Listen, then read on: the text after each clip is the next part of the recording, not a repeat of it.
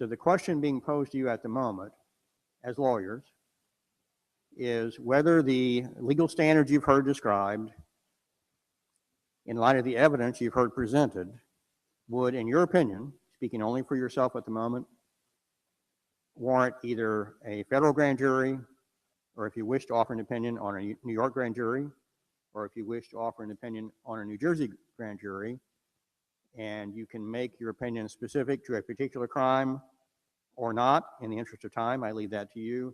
I want to proceed in a certain order, and I want to start with Danny Sheehan, and then I want to go to Judge Impasamato, and then I'll come to my colleagues here.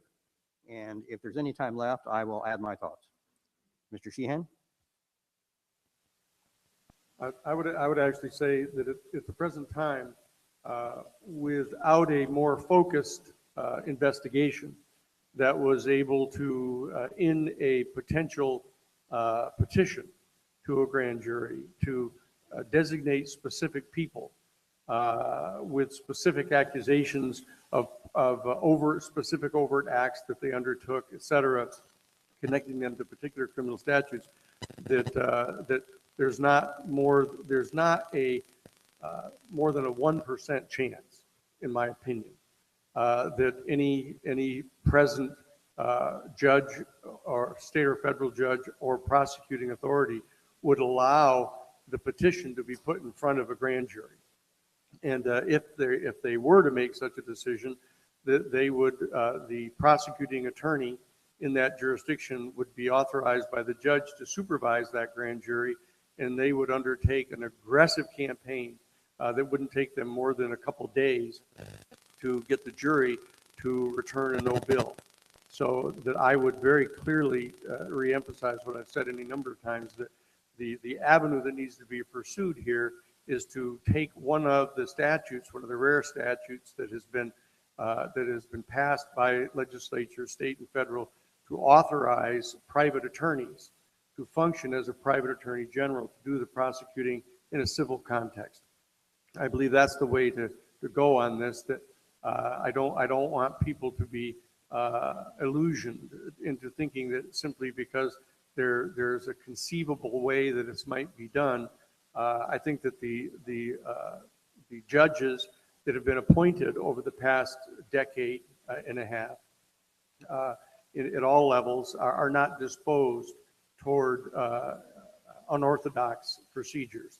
And so that I would suggest that given the extraordinary nature of the crimes that are being investigated and the nature of the prosecution that is being proposed, that it be undertaken in as orthodox a way as we can, pursuant to those handful of civil statutes, such as the new Terrorism Act specifically. And conceivably, RICO is a much more limited thing than most people think it is. It has to be prosecuted on the basis of damage to your property or business, and people aren't aware of that. So the people can go around killing people all over the place and do it as a criminal enterprise, even as a racketeering enterprise. But the only people who have a legitimate standing to move under RICO is those who've had their property, business property, damaged.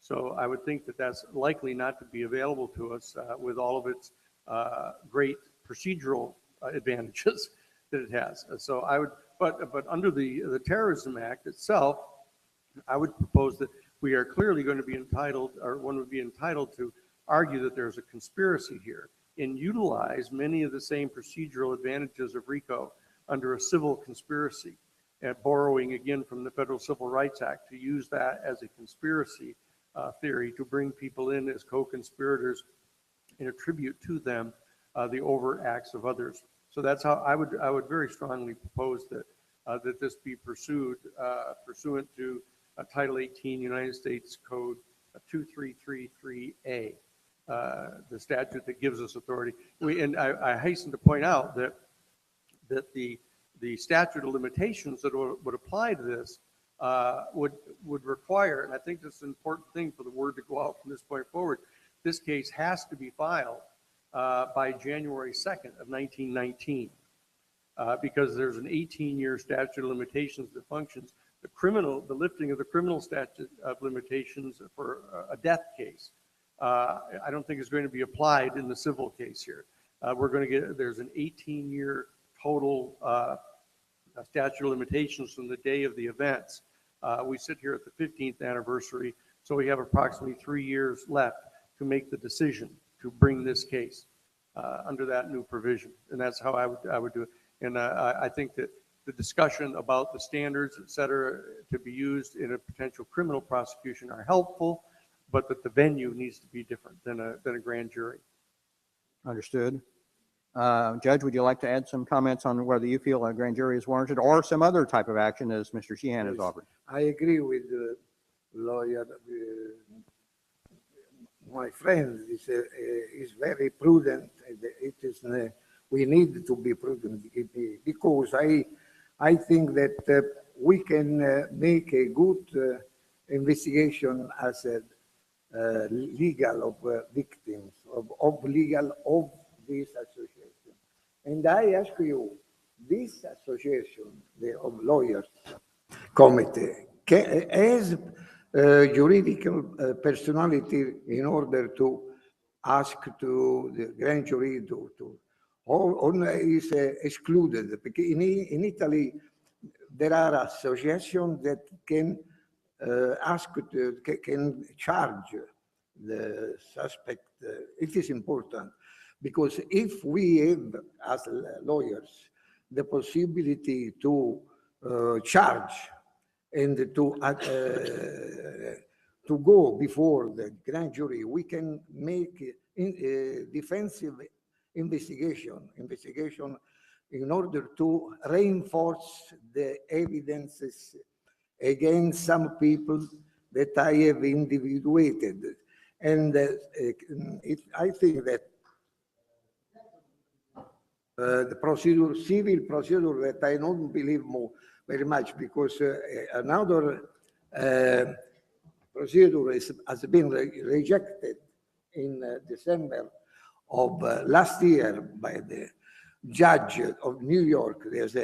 Has established that victims they did not give the evidence of responsibility of 6 officers of Saudi Arabia.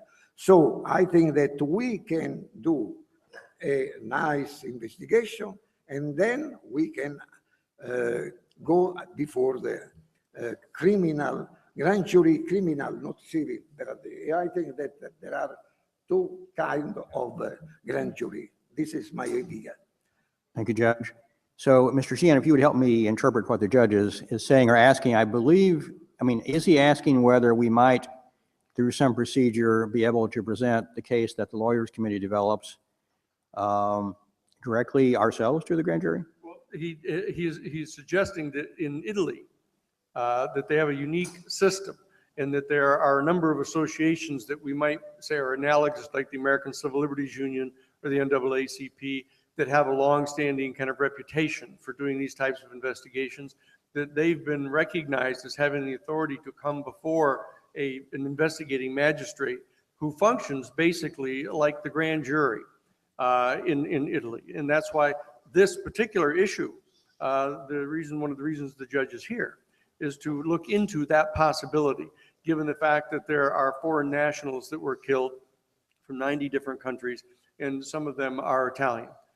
So that's another avenue that we haven't really talked about here at length.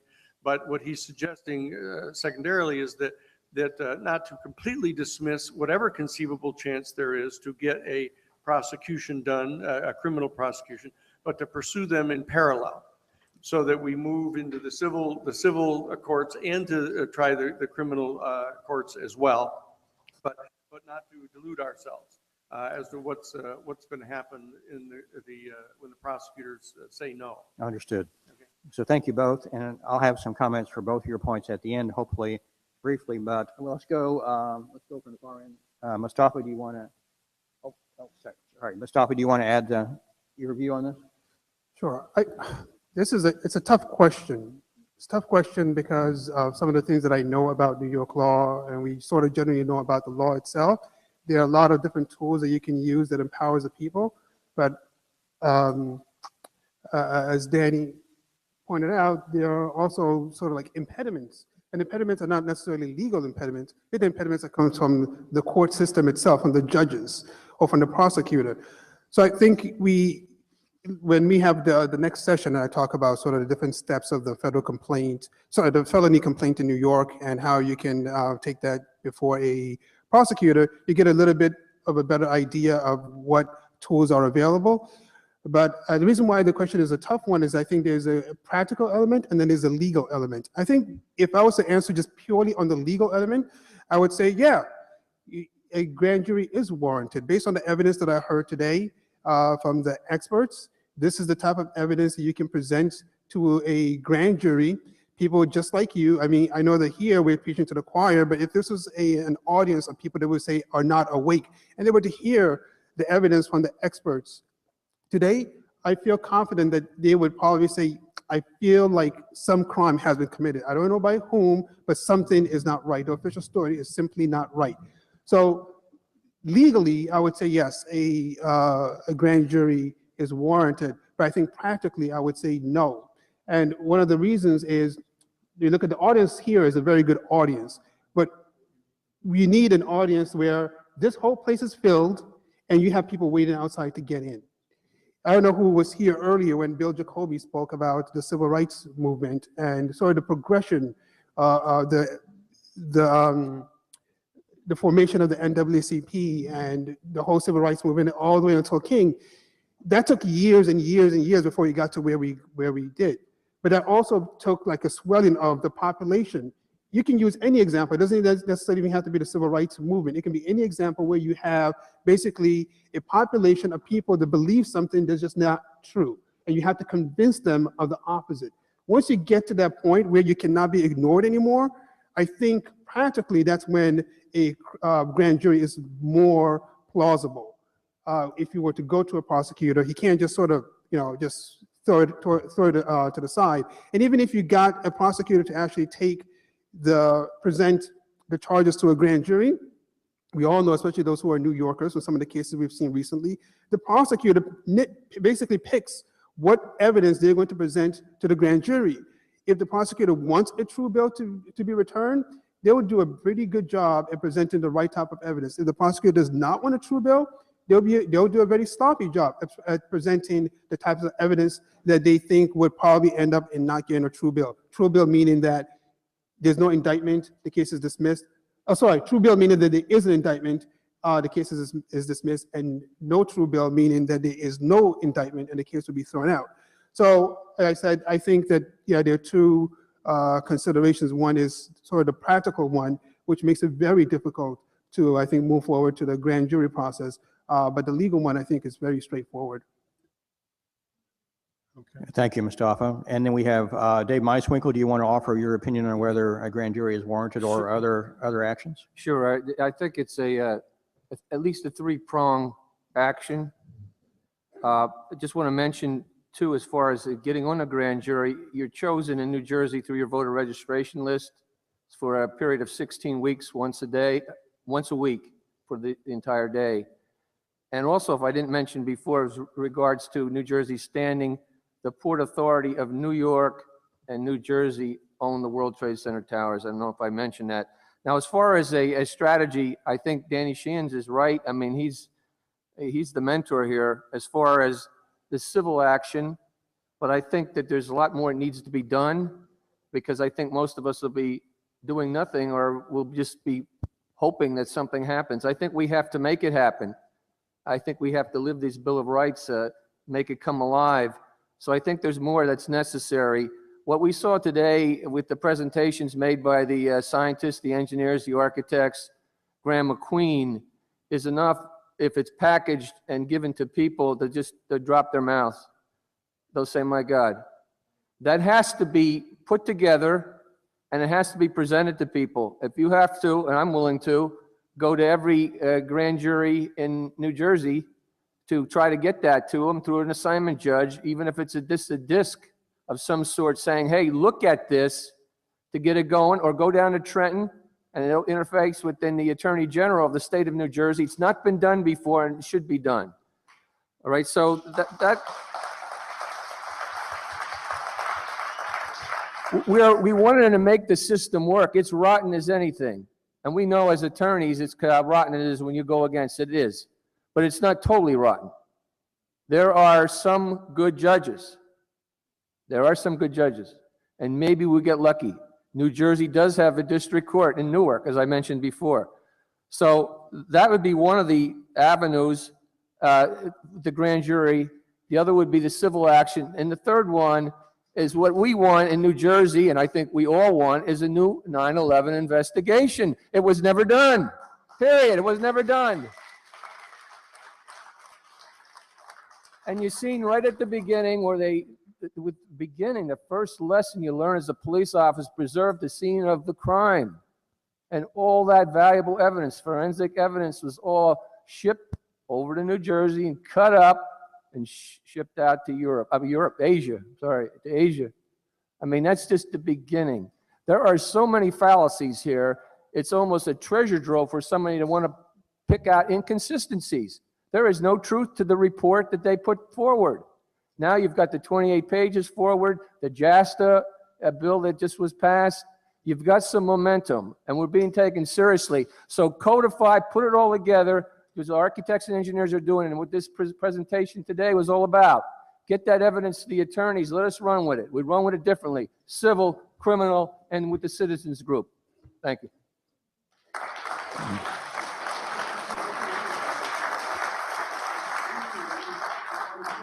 Thank you, David. Thank you. Thank you all. Let me add my own comments before we move to the next session. I haven't really taken the time to tell you who I am yet, and I probably should, so you can interpret what I'm about to say. I am a public interest lawyer, 25 years experience, graduated from the District of Columbia School of Law, and I do mostly whistleblower protection, government oversight work, some environmental protection as well. And first I want to respond to Danny's comments and say, first, I agree that the more likely course of action that will be productive on this issue is civil litigation. I do agree on that, and I think our organization is going to seriously look at that option. And I think the judge agrees with that as well. I agree with the judge that a parallel track may be synergistic, may be helpful to pursue a grand jury, to pursue a new government investigation, not necessarily expecting to have the problem solved that way. But there may be new evidence can be developed that way. Maybe public education can be promoted that way. Other benefits that may provide more force for our eventual civil litigation campaign. So I agree with that approach. I will bring to everyone's attention, if I can, no, I won't. So I'll read it to you. There is a federal statute, Title 18, Section 3332, Powers and Duties, talking about the grand jury. And among other things, it says the following. It's talking about any alleged violation of federal law. And Richard, if you want to help me, it's the very last slide of my presentation, very end. Thank you. So what this law says is that such alleged offenses may be brought to the attention of the grand jury, meaning federal, by the court or by any attorney appearing on behalf of the United States for the presentation of evidence. And that normally has been read to mean U.S. attorneys. It is not clear to me, and I don't know if Bill Veal is still here, but we are still looking into the question about whether the constitutional provision for a grand jury, which adopted the common law grand jury as it existed at the time, may give some broader options than the judges and U.S. attorneys are currently availing themselves of. One of them might be, Judge, that a U.S. attorney could decide to have assistance from a private attorney or a private group of attorneys in presenting a case to a grand jury. Personally, I believe that is within the authority of the grand jury or the prosecuting attorney. Has it been done? Not much, no. Might it be done? Well, that remains to be seen on how effective we are in doing our jobs. Now, this statute goes on to say something of interest, Beyond that, it says any such attorney, meaning any such prosecuting attorney normally, receiving information concerning such an alleged offense from any other person, let me emphasize, from any other person. So if the U.S. attorney were to receive information from you, from me, from our panel, if requested by such other person, if we request to the prosecuting attorney, then the prosecuting attorney shall, I emphasize the word shall, which is mandatory under federal law, shall inform the grand jury of such alleged offense and the identity of such other person who made that information available to the prosecuting attorney. Now, a grand jury, as I've explained, has the authority, if it were properly educated and so inclined, once it were told by the U.S. attorney that the lawyers committee, for example, presented a packet of evidence to the U.S. attorney alleging crimes A, B, and C, and who we were, the grand jury would be within its discretion and power to call us in to present that evidence directly to the grand jury. That's my view. My panel members may disagree with me.